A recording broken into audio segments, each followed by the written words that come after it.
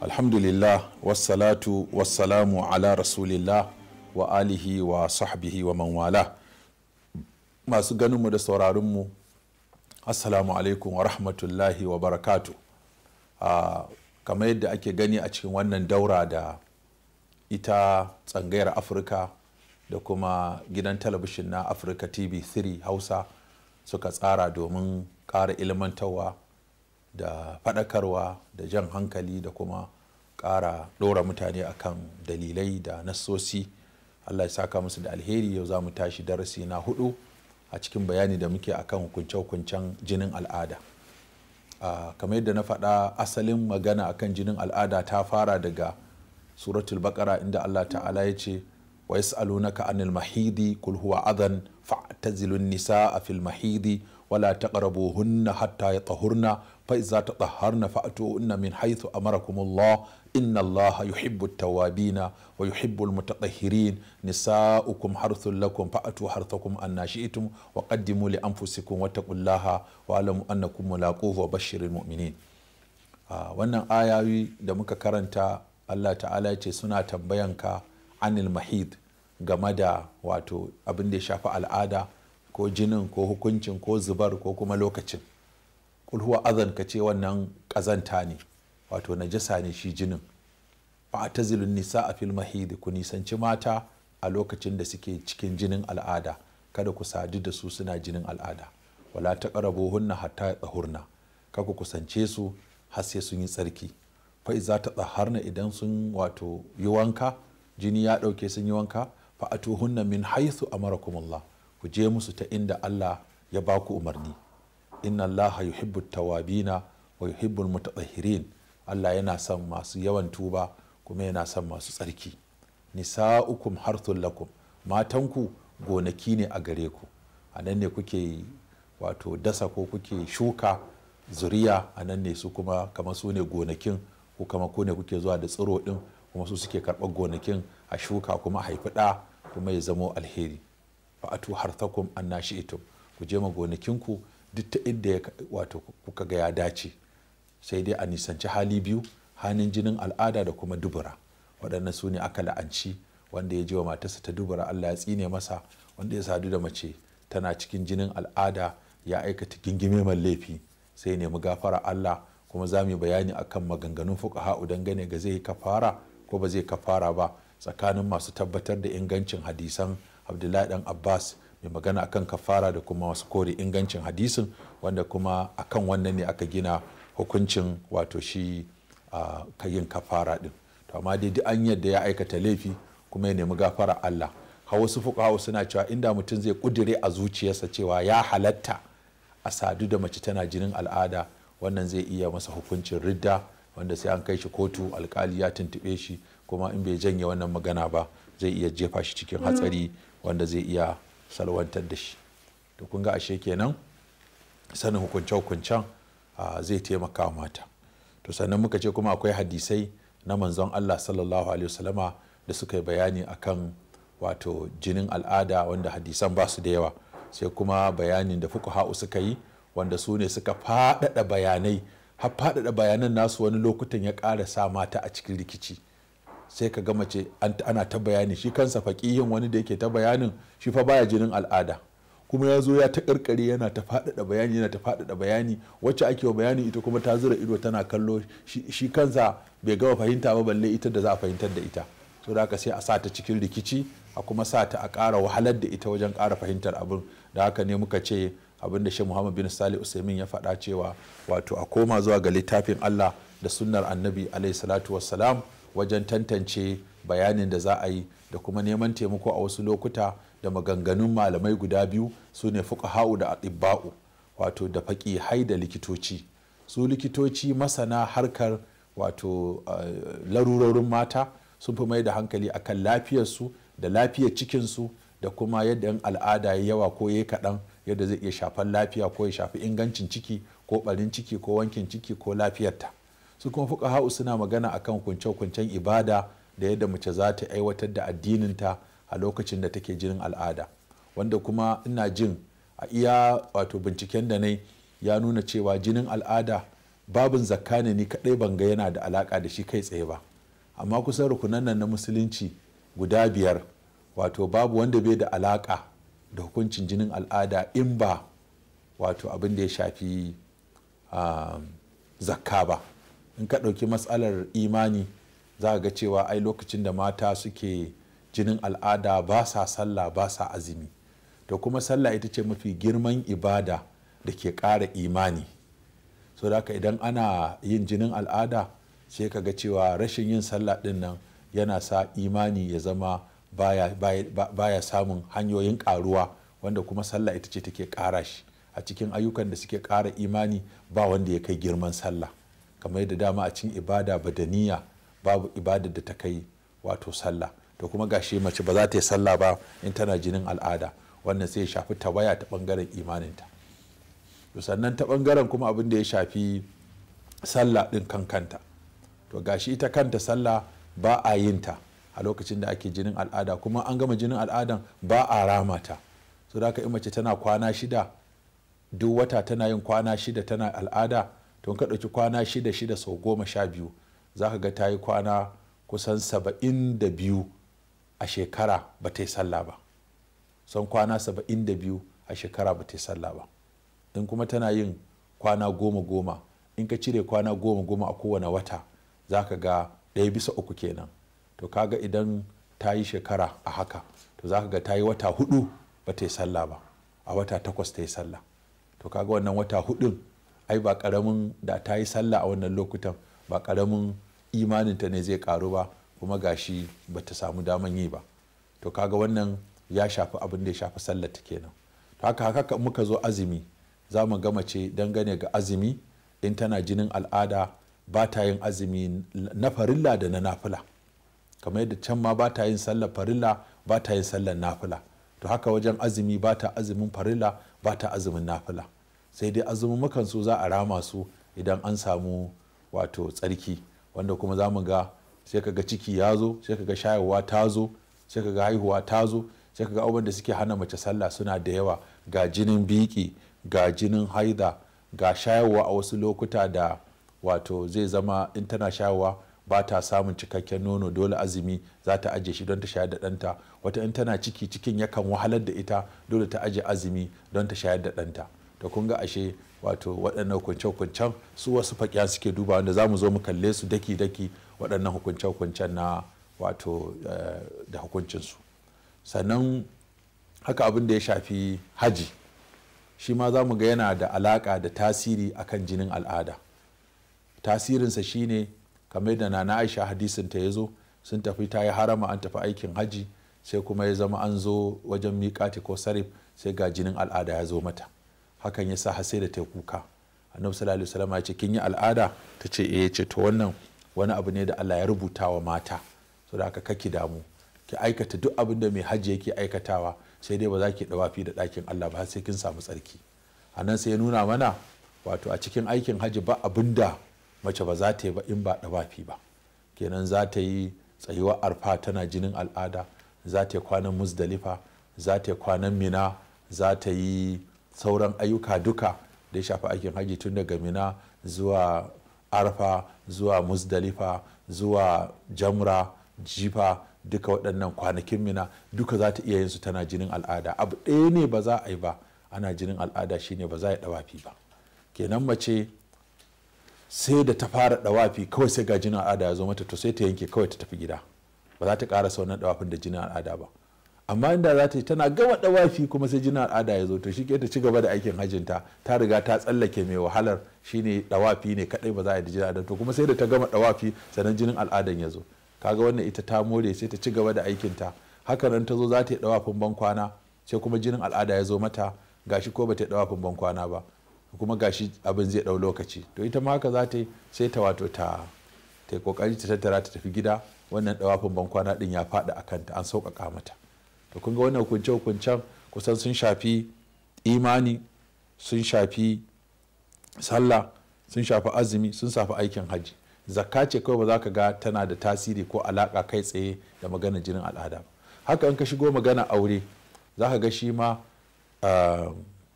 idda, saki, kome, da sauran abubuwa da suka shafi hukunce-hukuncen nan da alaƙar auratayya tsakaninta da mijinta duk suna da alaƙa da maganan wato jinin al'ada, wanda duk za mu je waɗannan bayanan. To kun ga wannan shine ɓangaren da fuqaha'u suke son su bayyana wa mace cewa wani tana jinin al'ada akwai abubuwa da yawa na shari'a da suka sauka a kanta, akwai kuma su hukunce-hukunce da suka ritsa da ita a lokacin da take jinin al'ada, kamar abin da ya shafi ɗauka alkur'ani, kamar da ya shafi mu'amala da miji, kamar abin da ya shafi kuma akwai abin da ya shafi shi kuma mijin kansa, kamar saki haramun ne, saban Allah ne, laifi ne, gingime ne mutum ya saki matarsa tana cikin jinin al'ada in dai ba a hali uku ba, wanda za mu bayanin sa hali ukun a gaba. Yanzu abin da muke so za mu dora ne akan sauran matsaloli da muka faɗa guda 6 wanda za su taimaka wa mace wajen wato fahimtar wannan babin cikin sauki ba tare da ta wahala ba. Matsala ta farko da muka tattauna a shirinmu da ya gabata shine matsalar fara jinin al'ada da maganan ɗaukewar jinin al'ada, wato denawa, farawa da denawa, wanda muka ce fuqaha sun ce mafi karanci shine shekara 9 in mace ta fara ganin jini daga shekara 9 ta fara al'ada, mafi yawansa kuma shine shekara 50. su kuma ibba'u suna cewa za a iya fara jinin al'ada daga shekara 12, 13, 14 kuma za a gama daga shekara 47 zuwa 51. su kuma anan suka tafi, saboda haka maganganunsu duka na bincike ne kuma mafi yawan matan haka suke yi. To wannan muka ce babu nassi alkur'ani ko hadisi wanda ya zo da iyakance lokacin da za a fara al'ada ko lokacin da za a kare. saboda haka masu binciken fuqaha su ci gaba, masu binciken likitoci su ci gaba, mu dai su dinga fito mana da bayani, don babu na Allah da na manzansa balle mu ce ba za mu karbi nasu ba saboda wannan. So binciken da suka yi dole a kansa za a dora da kuma abin da yake yafi rinjaye. Sannan muka ce ana samun matan da su sukan saba al'adar haka, wata ta fara jinin kafin lokacin da aka faɗa, wata kuma ta ki karewa a lokacin da aka ce za a kare. wannan sai ya zama hukuncin su daban ne. Sannan matsala ta biyu muka yi magana akan yawan kwanakin haida da karancinsa, cewa shi ma akwai galibi akwai kuma kaɗan da ake samu su saba al'ada, cewa mata bai kamata a ce suna yin haida ƙasa da kwana 3 ba, ko bai kamata a ce yana wuce kwana 7 ba. To amma kuma akan samu wasu mata wato da suke haura haka ko kuma su kasa haka. Wata mata sai ga kwana 1 ma take, wata 2, wata 3, iya kwanakin ta kenan, wata 4, wata 5, wata 6, mafi yawa 6 ko 7, wasu kuma su haura haka. To idan dai har jinin al'ada ne ya haura, to za a ci gaba da masa hukunci a matsayin jinin al'ada. To amma yaushe ne in ya haura kuma za a ce ya fita daga al'ada? Muka ce wasu fuqaha'u, shi ma ba nassi bane, ba aya bace, ba hadisi bane, sun ce in aka yi ta ƙari aka kai kwana 15 aka ga bai ɗauke ba, to ga kwana 15 ɗin nan sai a tsaya haka a yi wanka a ci gaba da ibada ko da jinin yana zuba. Ya haura ka'ida kenan, tunda ya wuce rabin rayuwa. Kenan mace tana yin kwana 15 zai zama wata 6 kenan take al'ada a rayuwarta, ya zama rabin rayuwarta gaba ɗaya al'ada ne. To kaga suka ce ko ba zai yi a ce duk rayuwa ta zama al'ada ba, dole ya zama dai akwai wata larura da ta faru. Kuma tunda su ba maganan magani suke bayarwa ba kuma su harkar lafiya suke bincike ba, su suna bincike ne ta bangaren ibada. To dole suka ce a tsaye da shi a haka, a yi hukuncin cewa wancan al'adan ya ɗauke, a kuma yi wanka a ci gaba da ibada. Su abin da suka ce kenan. Su kuwa likitoci su ma an ka tambaye su cewa to in jini ya haura kwana 10, ya haura kwana 6 ko 7, sai su ce kai wannan akwai matsala, sai an je an ga likita, saboda watakila yana nuna cewa mace ta samu matsala. Ko yawan zuban jinin, in jini yana zuba da yawa, mace har tana sa auduga 7 ko 8 ko fiye da haka a rana ɗaya, to ya nuna jininta ya wuce milimitan da yake zuba, tana buƙatar ta je asibiti. Tunda su lafiya suke duba, waɗannan kuma ibada suke duba, kuma kowanne akwai buƙatar a san ibadar, akwai buƙatar kuma a samu lafiya ɗin. To mas'ala ta uku shine mas'alar canjin yanayi da yake zo wa mata a wata-wata.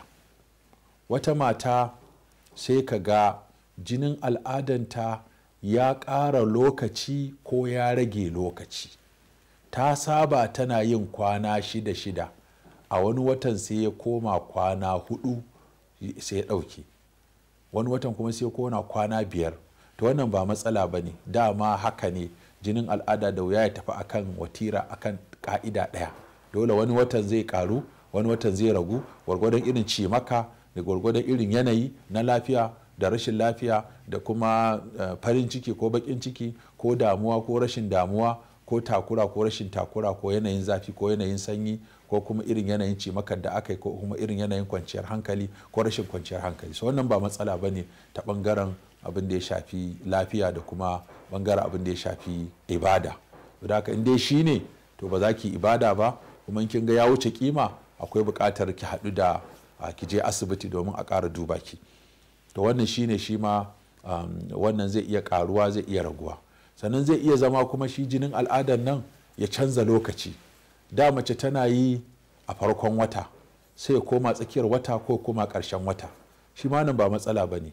Kin saba duk wata farkon watan zaki ga kwana 1 2 3 4 5 6, sai kuma wani watan biki gani a farkon wata ba sai da watan ya taho ƙarshe, sai dai kika kwana 6 nan da kika saba amma sun canza lokaci.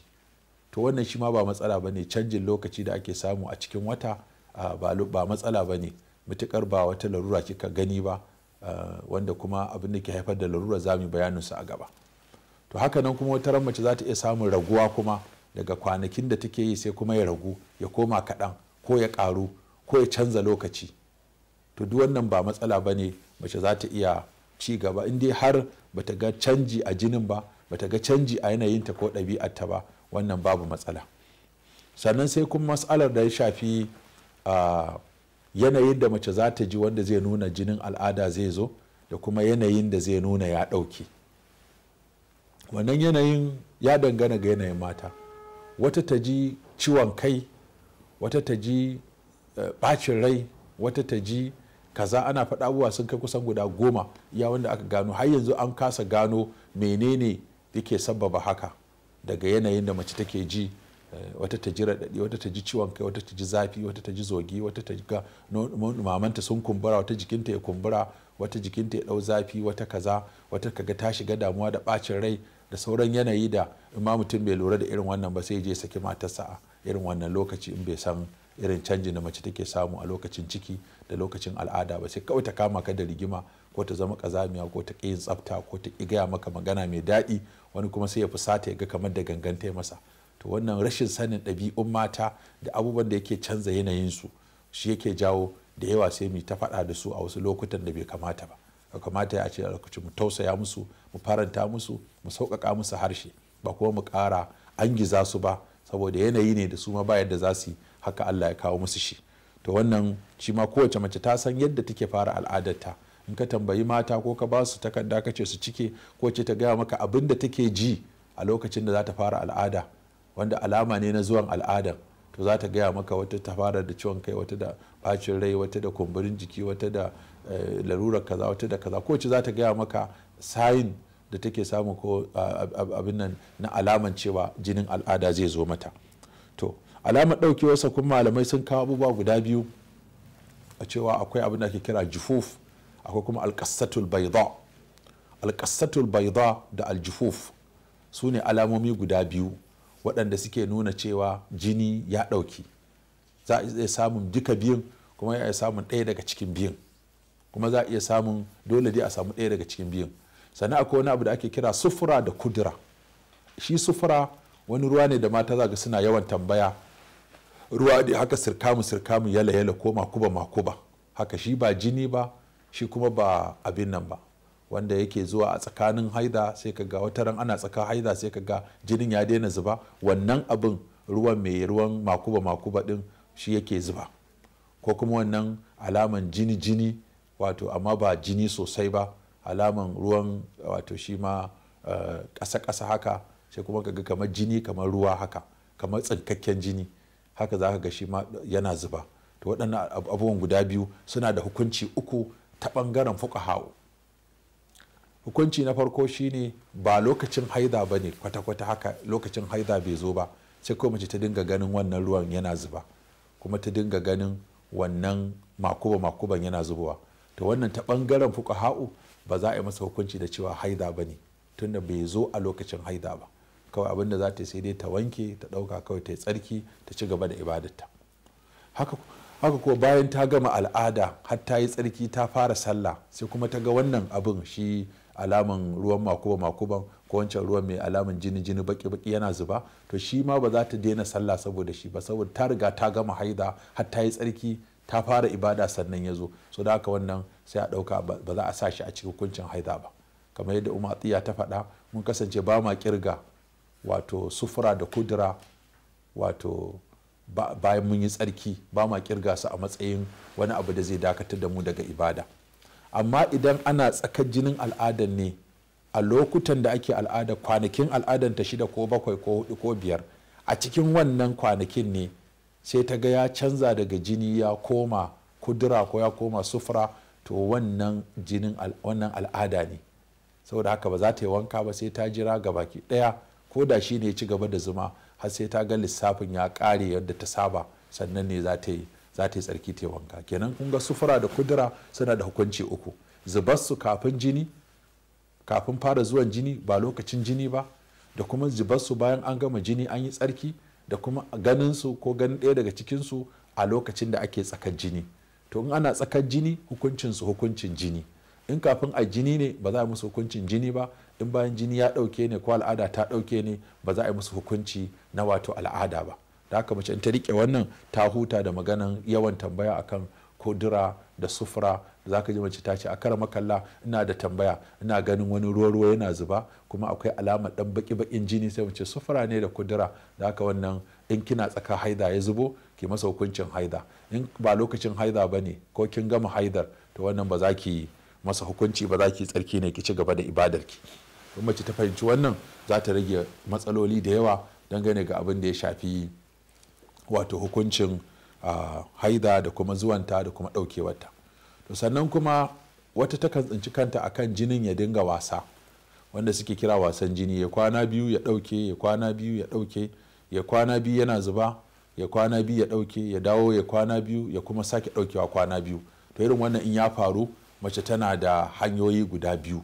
Hanya ta farko shine ta duba ta ga cewa haka dama take tun farkon da ta fara al'ada. In haka ta haka ne al'ada ta take, cewa al'ada ta ba ta haduwa guri guda, a tsintsinke take, shikenan haka take, ba kuma ba ta jin wani ciwo, ba ta jin wata larura, kuma ta je asibiti ba a ce wata larura ba ce, shikenan shine al'adar ta. Kwana biyu ta tsarki ta wanka, kwana biyu shikenan ya zama haidar ta a rarraba take.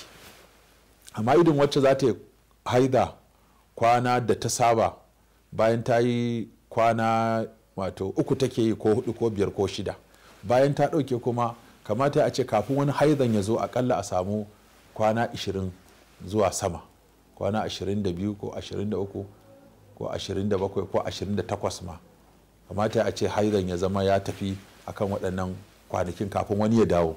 To kuma sai ya dawo bayan kwana 7 kuma ya sake yin wannan kwanakin, ya sake dawo kwana 7 ya wannan kwanakin. To in haka ta saba shine al'adarta, ta je asibiti an ce mata babu wata larura, to kaga ta bangaren fuqaha'u su dama suna gina hukunci ne akan samuwar haida ko daukewarsa. Al-hukmu yaduru ma illatihi wujudan wa adman. So mutukar an samu wannan, to kaga kenan hukunci yana nan. In ba a same shi ba, hukunci baya nan, ko ba za a gina hukunci akan abin da babu shi ba, ko ba za a kora hukunci akan abin da akwai shi ba. Saboda haka abin da mace za ta yi a wannan lokaci shine sai ta tantance kwanakin haida, ta yi tsarki, kwanakin da kuma wato yake ba na haida ba, wato sai ta ci gaba da ta yi wanka, ta ci gaba da ibadarta. To wannan shine hukuncin da aka yi dangane ga wannan. To sai kuma wacce take tsintar kanta, mata ne yan kaɗan. A lokacin annabi sallallahu alaihi wasallam an samu mata kusan 11 ko 12, kamar da al-Imam Suyuti ya hakaito daga Ibn Hajar Asqalani, shi ya faɗa cikin Fathul Bari, shi kuma ya kawo a cikin Tanwirul Hawalik sharhin Muwatta Malik, cewa akan samu wasu mata jini ya ci gaba da zuba har ya zama duk watan ma jini take yi. Irin wannan ta zo ta bangaren likita, sai in ta tambaye ka sai ka ce ta je asibiti. Amma in ta tambaye ka harkar ibada sai ka ce to mata in suka samu kansu a wannan yanayin ba sa fita daga yanayi uku.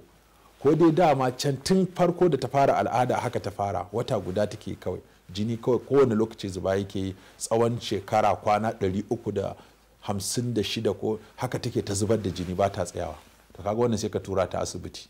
Ta bangaren ibada kuma sai ka ce to kina iya tantance kalar jinin al'ada, an miki bayanin sa cewa mai kauri ne, baki ne, mai wari ne, kuma yakan zo da sifar kudura da sufura. Ta ce ita ba ta iya tantance wannan, sai ce to ki dinga ɗaukar kwana 6 a farkon kowane wata ki tsarki ki ci gaba da sallah, ragowar koda yana zuba ki ci gaba da sallah ta bangaren ibada. Ta bangaren lafiya ki kuma ki je asibiti domin likitoci su baki shawara.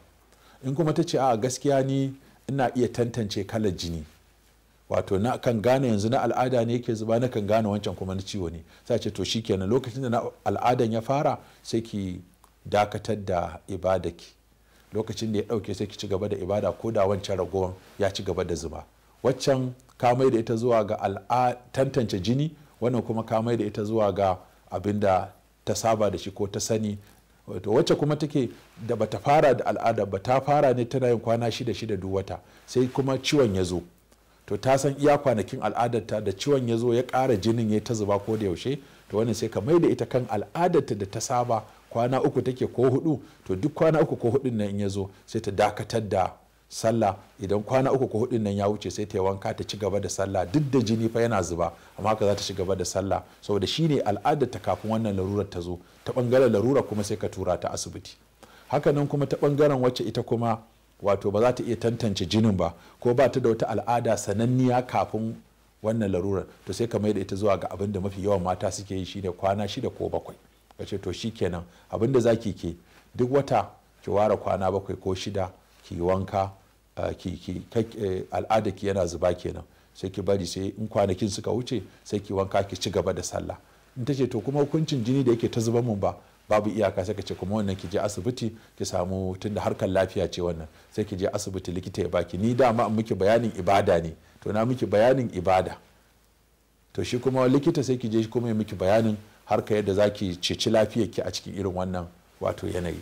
To wannan shine bayani da in mata suka gane wannan babi, insha Allahu abubuwa da yawa za su zo da sauki. Rashin fahimtar wannan ko kuma tsawaita bayanai waɗanda ba su ko kuma suke da zurfi su suke sa a kasa ganewa, amma waɗannan ƙa'idodi da muka faɗa guda 6 in aka rike su shikenan an huta.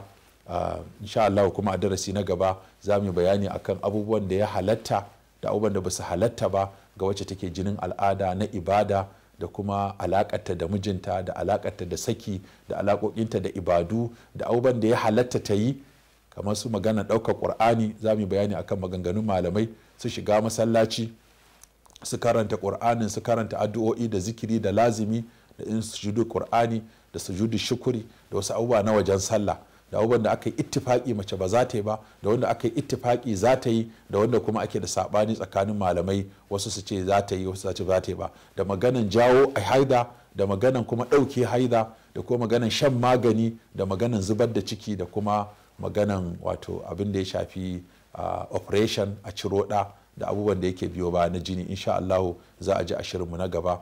Wassalamu alaikum wa rahmatullah.